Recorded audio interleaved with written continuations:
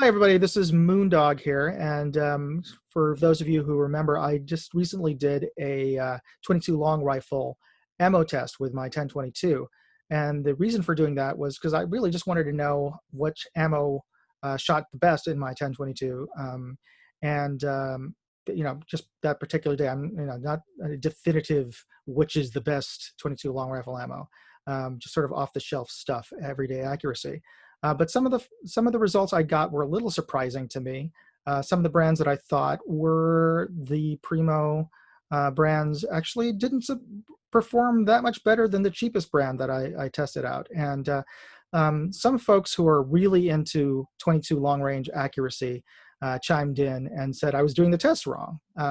There's apparently this whole lore about 22 long range accuracy. And it's like this deep rabbit hole that you could get into. There's things about seasoning your barrel, that the wax that's on the 22 long rifle lead mixes with the powder exhaust and creates a special kind of seasoning on the barrel, which I wasn't really aware of before. I knew a little bit about fouling a barrel and needing to foul the barrel, but I'm not a long-range accuracy guy by any stretch. I'm just an average shooter. So I did another test following their instructions that I had to season the barrel with one type of long-range 22 long rifle ammo with 20 rounds to season it before I started the test. And I did another test again with CCI standard, which is kind of the gold standard as far as off-the-shelf non-match grade ammo, and Federal Auto Match, which it's actually kind of, even though it has match in the name, it's really a bulk ammo. It comes in loose in a box, so there's really nothing to protect the actual bullets in there from any damage or or anything. But I got some results, and I wanted to get another eye, a more experienced eye in analyzing the results. So I reached out to a long-range accuracy shooter that I know, and who happens to be a former Marine Scout Sniper. So he knows a little bit more about long-range shooting than most guys. So he's who I have today as our special guest. We have Travis, aka Freedom, out in Ohio. And before we get into the results, I just wanted, do you mind sharing some of your bona fides as to your experience? Yeah, I didn't really do a whole lot of shooting before I joined the Marines. I joined in 2002 to 2006. I did all the adventuring I needed in those 4 years and decided I was going to get out. But yeah, I had the great opportunity to go to some good schools and try out for some super awesome training. So once I got all that under my belt, I was pretty excited to get out of that environment. But yeah, so I went to boot camp where everybody starts. I got the high shooter there. Oh, that's great. And yeah, and I hadn't really shot anything besides a 22. In my, with my dad, who taught me how to shoot. And it wasn't until I learned how to shoot, I realized my dad didn't really know how to shoot either. But the gun always went off in the right direction. But yeah, so that's where I learned to shoot. They taught me everything I needed to know, dry firing in boot camp, and just being able to follow instructions and do the same thing every time kind of worked out for me. I went to security forces for 2 years. I was stationed in Europe, and from there I got to go to a designated marksman course, which still uses a 308 round. It's like their gun is like a tricked out M14. At the time, I don't know what it is now. This was, 15 years ago. That wasn't like the EBR setup? It was a synthetic stock that you were shooting? Yeah, it's a Macmillan fiberglass bedded. On a national match M14. Oh, nice. And a Krieger barrel. I think it was a 1 in 14 twist, but it wasn't rated to hold a minute of accuracy. So it wasn't a sniper rifle. Still had a Leopold on it, but my gun consistently shot about 1.5 minutes. So it wasn't bad, but we only trained out to 300 yards with that, and it was more of like a defensive sharpshooter role, supporting, entry teams that were going to go in for like a hostage rescue or a recapture of some kind of facility or something like that. So that was more of an observational role. We did a lot more training in reporting and interpreting what you see and stuff like that. So, but that was a really excellent school. Fun fact: it shares a range with SEAL Team 6. Like Mm-hmm. our schoolhouse is like a shed outside of their huge compound, and we use the same firing range. So I got to see some pretty cool things there. No, But was that is that down in Florida? it's in Virginia. Oh, Virginia. Okay. Yeah, right not too far outside Virginia Beach.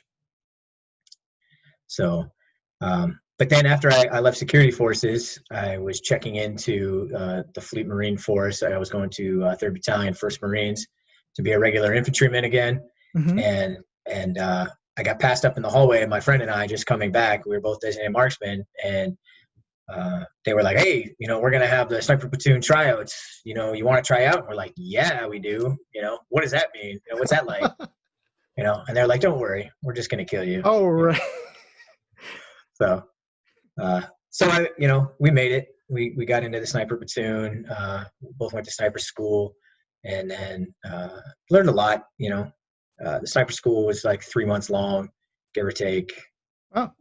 So there was, and you shoot you spend the whole morning shooting every day. How many rounds? Like, I mean, I don't know. It was a lot. There was a whole course of fire. I mean, we shot at sniper school, we started at the 300 yard. That was where we zeroed. And then we moved from there. I think we went from 300 to 500 and then 600, 700, 800, 900, 1,000, shooting whatever the string of fire was. Closer in, there was moving targets. And I think from 800 out, we didn't shoot at moving targets.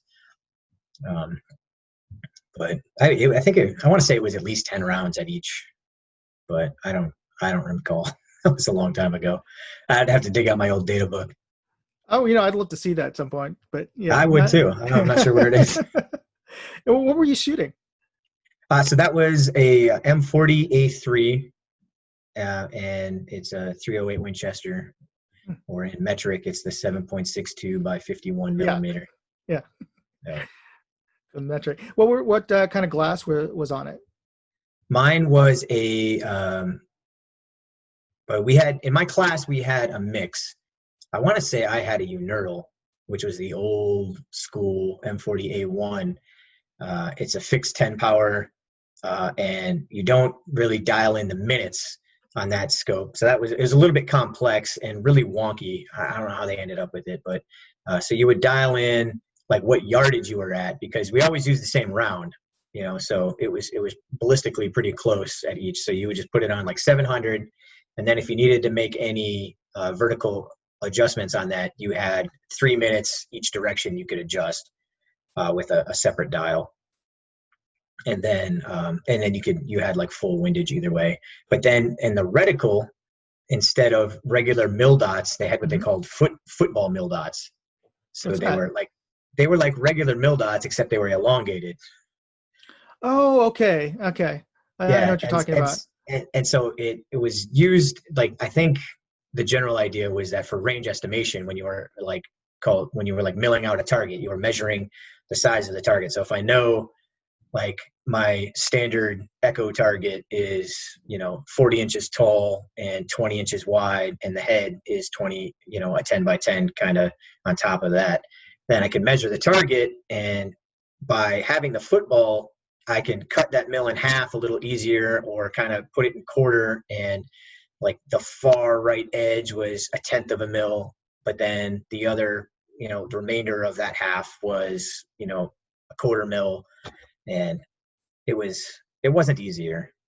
The people who had who came from units who purchased their own Leopold scopes were much better off. And then after I finished that school and we went on deployment, and then came back, like the whole Marine Corps got Schmidt and Bender scopes, which were, the bee's knees. And they hadn't been on deployment, so they were still nice. Did you get to shoot those? No, I don't think I didn't. I got No. to mess with them a little bit, like, Hmm. because after we came back, everybody's like, "Hey, we're gonna go to the range and try the new scopes." Like, no, I'm just gonna sit and wait until my EAS day comes. Okay. Like, I don't. If I shoot it, you're gonna make me clean it. I don't want to clean it. Yeah. I hear you. So it's shooting gets to be work when it's your job. Yeah, and yeah, it's a shame when something you enjoy. I don't know. Did you enjoy shooting that much? I mean, it's a pain when something that you enjoy doing becomes a job.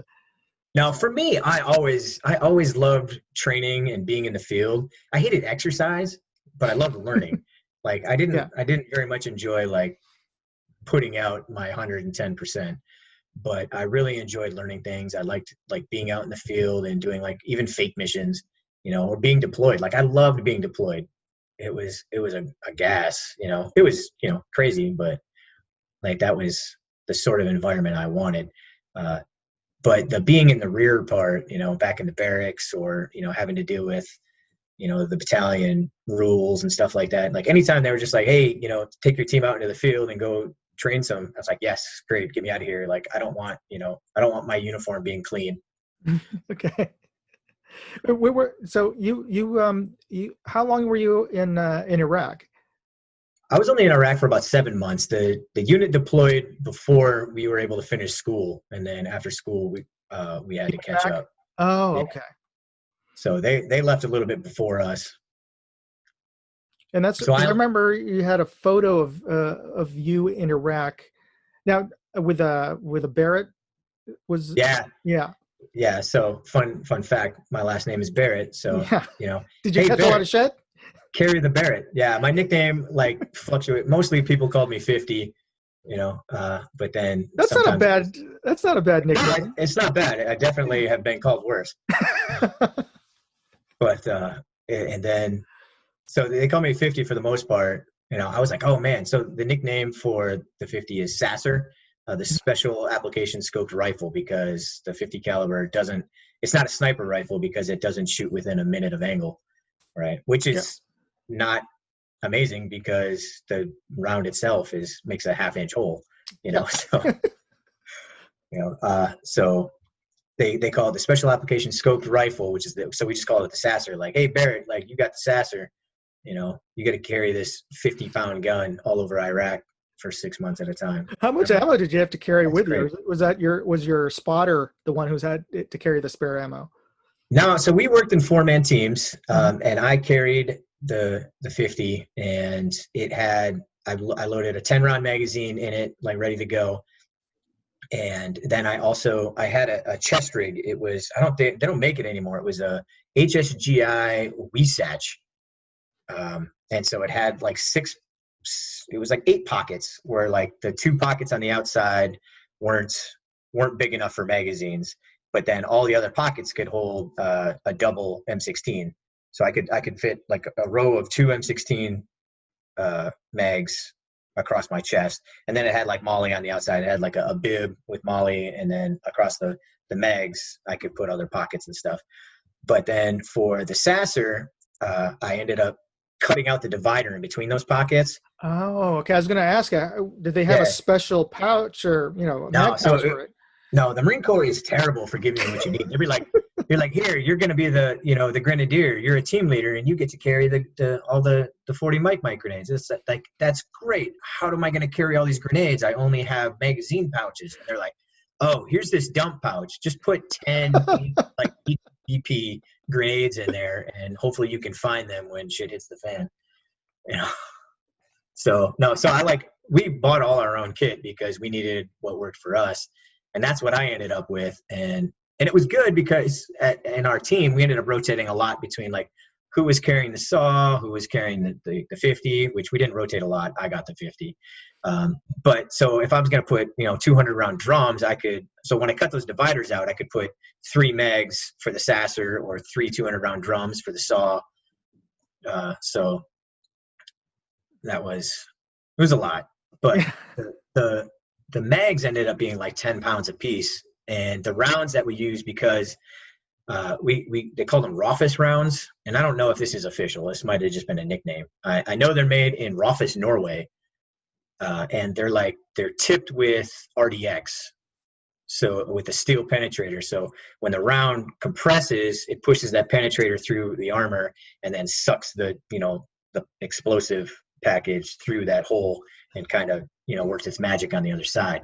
And we didn't use them for that. We used them because they were so expensive and so carefully made that they were the most consistent shooting. Oh, okay.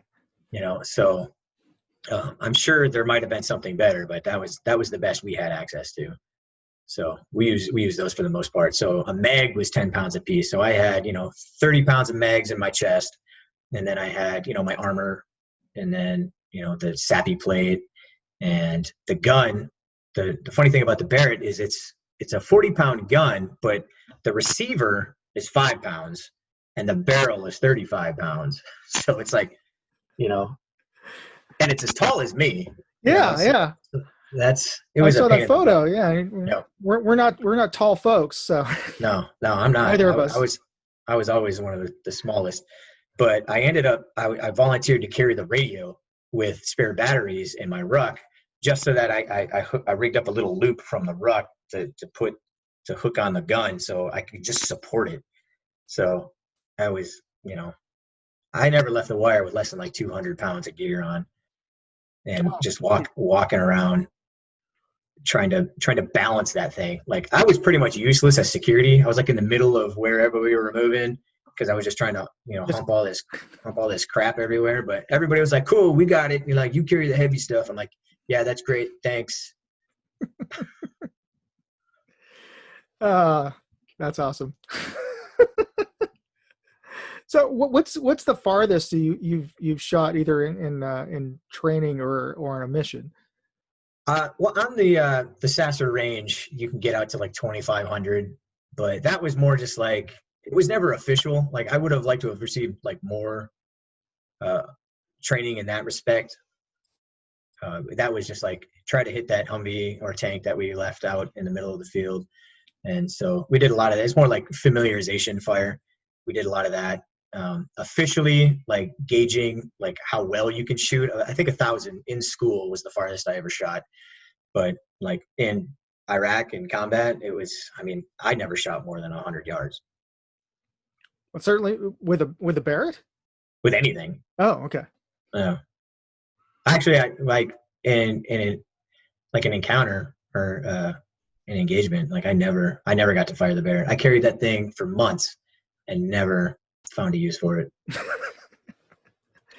Well, I'm glad that you made it through with all of your parts. Yeah. So Yeah, we had it if we needed it, but we never ended up needing it. The few, like, anytime a shoot did come up, we were just like, oh, I don't want to, it's a serious commitment. Like, you're giving away your position for miles when you shoot that thing.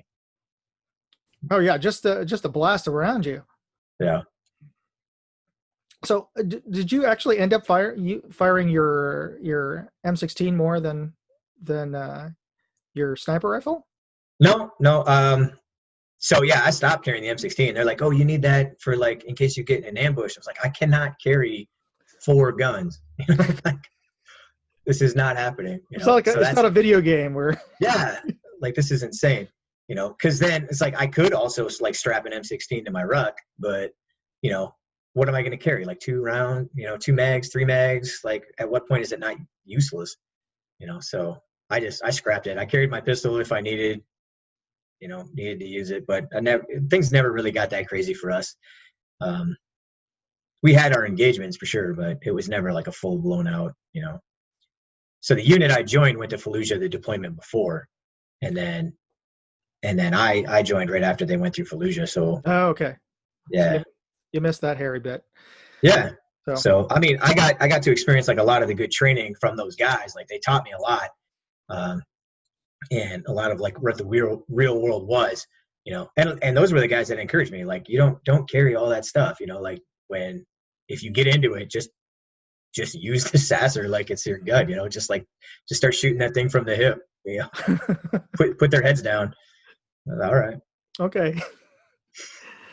Well, before we lose all of our time, I wanted to get to actually the reason why I called you in the first place, and get your input on, it feels beyond anticlimactic to be talking about 22 long rifle after talking about shooting a Barrett, but I sent along, and I'll share screen right now, some of the results of that 22 long rifle test. And let me see if I can bring this up on the screen right now.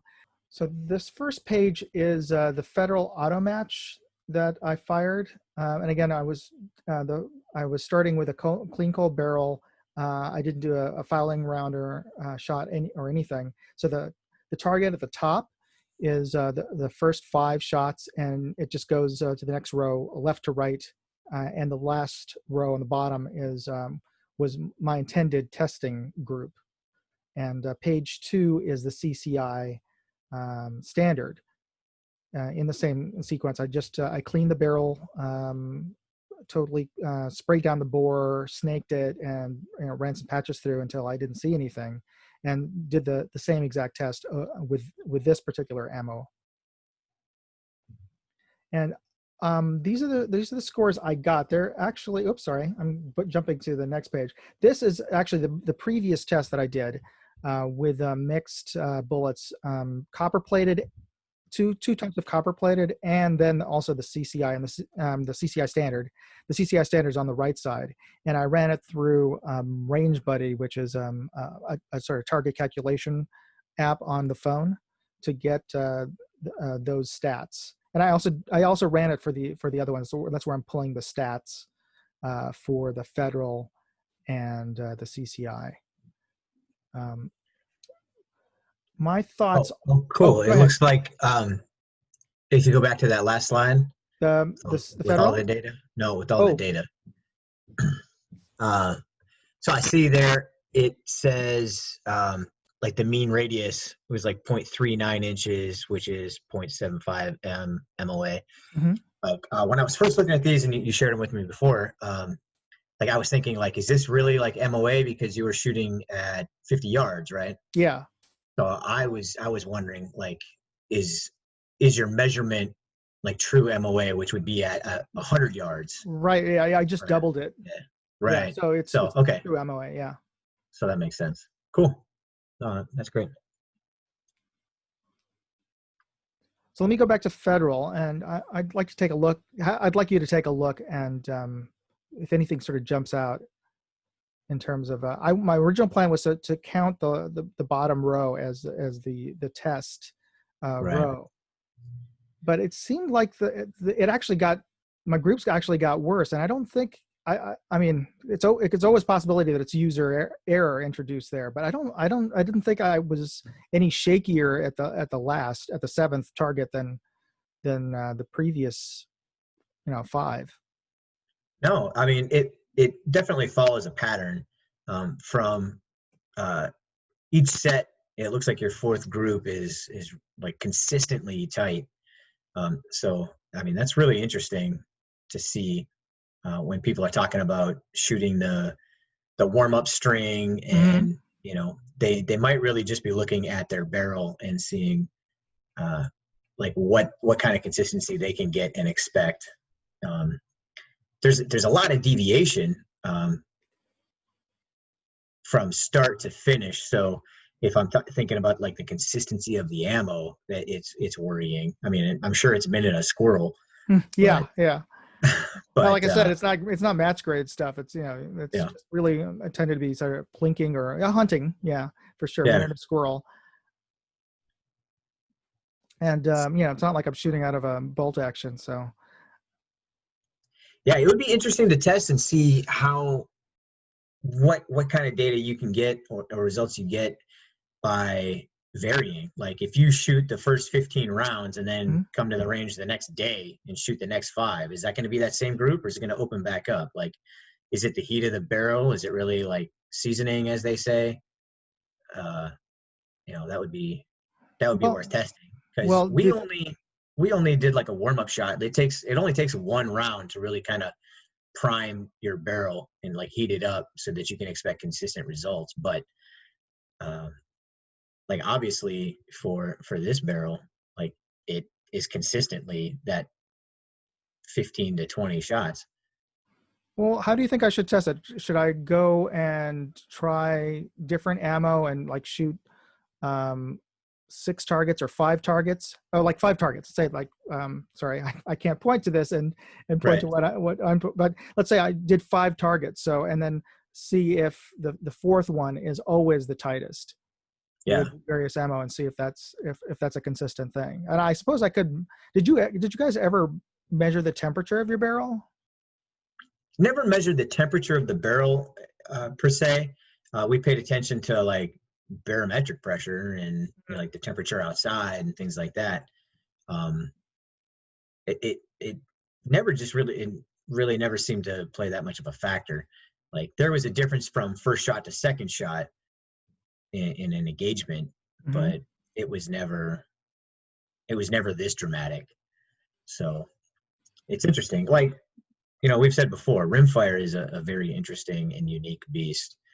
You know, True, true. So I think that might be a fodder for the next test. I'm going to run some 5 target groups again, 5 shots on each, and see if I can reproduce a consistent tight group at target number 4 with various different ammos, and that really says something about my particular rifle, or that it just likes either. I don't know if it's resonance, temperature, or what. yeah, it's really hard to say. Like you have to consistently gather data on your setup and the ammo that you're using in order to really find that sweet spot and that consistency. And it's an expensive process, unless it's life or unless it's life or death. There's not really a lot of value to it, or I unless know. I Well, mean, that's one of the reasons I'm doing this with 22. Is it's so it's relatively right, cheap to do these yeah. tests with it. So being a gun owner is a terrible hobby, unless you're a rimfire fanatic, and then you can actually afford to enjoy yourself. Yes, yeah. That's one of the reasons we got into airsoft. Is like, oh yeah, BBs are cheap. Just whatever. We'll just keep on Yeah, firing. yeah, that's exactly how I got into airsoft. I was like, oh man, I wish I had an Accuracy International. They're so sexy. I was like, I wonder if I could buy a replica. I'm like, what's this? Airsoft? Heck yeah. I'm gonna go do me some airsoft. Oh, but of course, some of the some of the training weapons in airsoft are practically like some of the Sistema ARs were practically the price of an Anderson AR or DPM. So Oh yeah, it yeah, gets for pricey. sure. Yeah, I mean, and there is relevance in that. Like you can sneer at it all day long. Any sort of airsoft is going to be valuable in like, training if you employ it correctly. Um, and airsoft is never going to replace like live fire training, but for learning how to use your weapon. But it's definitely going to be valuable in learning how to maneuver an environment and react to threats. Like airsoft has a bad rap, and I don't understand why. Mostly because it's accessible to people, and everybody likes to be elite. Well, that and you Like, got a lot of weirdos too. So oh God, yeah. you've never been in the military. There's True. Okay. plenty I of mean, weirdos.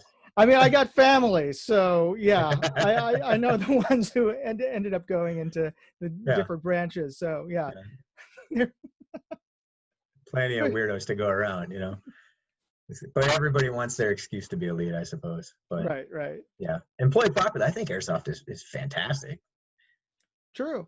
You And that's know, also one of the reasons I did start shooting a lot of 22 is because I got conversion slides for my pistols, yeah, and it was helpful because it's such a I shouldn't say weak round, but the recoil is so light that it really yeah, let me focus on my trigger pull and uh huh, and notice when I'm flinching or not, because the recoil isn't hiding it. right, Yeah. yeah. This might be a internet myth that I picked up, but my understanding was that was why the Israelis developed the Desert Eagle, was as a training tool to help people like manage recoil. And so Oh. when you trained with the Desert Eagle and then you went to a regular gun, you're like, oh man, this is easy. I can Yeah. control this. Oh, Like that's true. Going the I've other worked way. hard. Yeah. Like, and then I was like, oh yeah, I guess that's pretty much the only reason that kind of thing would be a practical reason to exist. Yeah, it's just gotta, yeah, that totally makes sense. Just like, when we're, I don't know if you ever were in Little League, when they have you, you're up next, and so you're swinging 3 or 4 bats. So Right. Yeah. Yeah. Yeah. So, what's any other thoughts as to how I should follow up on this, in terms of either interpreting the results? Here's a question I had, and I think and I included it in a couple of slides later on. I'm wondering if instead of measuring the last 3, which I originally intended to do, should I be measuring like just the number 4, or should I be measuring the targets immediately preceding and after number 4, or should I just go with my original test group? Yeah, I mean, it depends on what you're trying to get out of the test. If you're searching for the most consistently accurate ammo for your gun, you have to look at your intended purpose. Are you shooting matches? Are you shooting squirrels? And if you're shooting matches, like, I wouldn't go with either one of these. They're wildly different, from start to finish in a string. But yeah, not matches, not with this. Unless I really threw a lot of money into this particular rifle. So then, like, you want to take it out and shoot squirrels. Well, you're not going to shoot, 15 rounds and miss the squirrel, and then have your last, your 4th group there to go. You need your first 5 shots to be exactly where they're going. Or the first shot, because I don't think the squirrel's going to wait around for you to so season it. So you really have to narrow down your intention and then look at what you're going to do. But I would say, like, if you're looking at what's going to be the most accurate in seasoning the barrel, and, like, I don't know, like, it generates solid data. Your 4th group is always more consistent and tighter, and predictably so. I think you make a good point. I mean, the whole point of this was just to find a baseline to compare, various ammos that I hadn't and could get a hold of. So in the end, it's all about consistency and the data gathering more than, in a sense, more than the ultimate result itself. So I guess I sort of answered my own question, is that whatever standard I set up, that needs to be the standard, and I just stick to it. Yeah. I mean, and you're lucky because, well, I mean, you're not lucky, like, you got there through hard work, but, like, you're a consistently good shooter, at least in the way that you did these tests. Like, I can see from group to group, like, I'm not seeing identifiable patterns that could show shooter error, except for, like, these wild flyers. But again, like, they're consistent from both groups. Yeah, that's the one that's still puzzling to me, is why there was this, crazy flyer on number 6. And I did get a chance to test out. I remember, I think we talked about the possibility of it being some fault in the magazine, but I tested it out, that magazine number 6 recently, and I couldn't reproduce a flyer out of it, no matter how many rounds I put through it. Yeah. So, I don't know why. Most likely it has to do with, like, rimfire production. It's like, from what I understand, it's extremely difficult and expensive to make match grade rimfire ammo. And it'll probably help if I either need to buy or borrow a chrono just to make sure, because there are some rounds that you can, just like in any cartridge, you'll feel it. One's a little hotter. One's really weak, and it's more so in 22. Yeah, and that all comes down to quality control. Like, there's still you can talk about your human error, but there's still a human operating the machine that made the ammo. Oh, true. Yeah. Like, there's a lot of human error that comes into play with consistency in your shooting. I mean, that's why people hand load, like, top shooters, like, because they know exactly what they're getting. And you can't hand load 22. Or I can't hand load 22. I'm sure somebody can. Yeah, I hear some people try, but I think I've not be worth it. Yeah, the net consensus is it's not worth it. No. Absolutely. So So I think moving forward, I might just limit the testing to, I mean, for no other reason than saving some ammo until yeah, this YouTube channel gets huge and I get a ammo sponsorship. It's out of my yeah, own pocket. So I think I will either limit it to 4 or 5 targets, or what I guess the equivalent of 25 rounds. yeah, Yeah, unless I'm doing some endurance test for some sort. yeah. I mean, personally, if I was going to be trying to find the ammo that worked best for my gun or was the most consistent, I would buy one box of everything they got, and then immediately go to the range and try to see and shoot strings like this and see for every group of that ammo, like which one averaged the tightest, most consistent. Those flyers are a deal breaker. Yeah. I mean, that's like if you're a cop, that's going to kill a kid. You're like, you totally missed. You know. Yeah, that's the thing, is that some people will say, like, oh, this is super. I mean, just theoretically, you have super accurate ammo, but every fifth round Yeah, is a flyer. That's yeah. terrible ammo. 80% accurate is not good ammo. Yeah. Yeah. So like I would look through like the whole page and see like the average and go with that one, honestly, and then go back to the store and buy up that whole lot, and that's what I would use. Oh, true, true. Because you know once they put a different person on the machine that made that lot of ammo, or once they have a different group of components that are making it, it's different. Yeah, that's definitely what those precision guys do. Is they want to know which lot number, and yeah. Yeah. But yeah, that's a rabbit hole I don't want to go into. Right. Yeah. It's still just 22. Like, okay, that's cool. I'm learning a lot. This is fun. I don't really care that much. you know, and I mean, that's the whole internet gun industry, right? Like I'm really just trying to have fun. Yeah, yeah, and then We can't. this is not the sort of economic Yeah. climate to be indulging in Yeah. such an endeavor. I mean, and that's the fun of rimfire. Nobody is going to take themselves that seriously. I don't know. Some of I mean, this. I'm sure people can. Like, I've been on the internet. I know how it is. Well, there's that, and also there's the whole other. That's the caliber in the Olympics. So those athletes are like real hardcore. Yeah. Yeah. That always freaked me out. Like looking at what they use on like the biathlon and stuff like that. That's super Like, impressive. yeah. And like, why are they choosing to use 22? And I can also like look and see like a lot of times they miss. And like, I really don't think it's the shooter. Like, I think it really comes down to ammo. Yeah.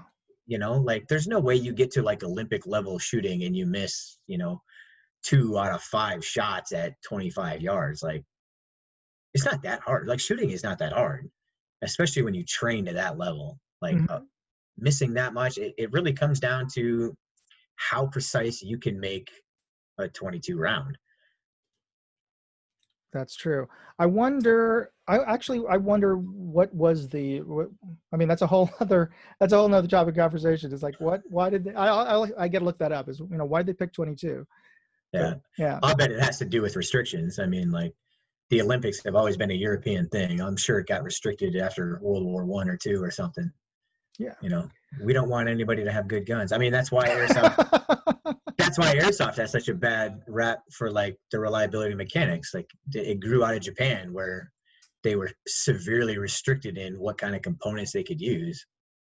Yeah, pot metal and yeah. Yeah, and so like you just get like junk components, and you can't really expect any sort of reliability out of it because they were severely restricted after World War II, right? Yeah, yeah. So they just decided to take over the world with Nintendo instead. Yeah. Well, speaking of which, I got to get back to the kids tonight. They've discovered a whole new game that came out of Japan that just got ported for the US. It was only available in Japan before. It's a Studio Ghibli adaptation. Okay. Actually. So, but thank you very much for being with me on this chat. I really appreciate your input and insights on this and your time. Absolutely. Okay, great. No problem. All right, man. Thanks a lot. And I should just put a little plug for myself on the, since we're putting this on YouTube. If you enjoyed this video, and if you enjoyed listening to Freedom, please put a comment down below. And if you enjoyed watching, please hit the like button and subscribe to the channel.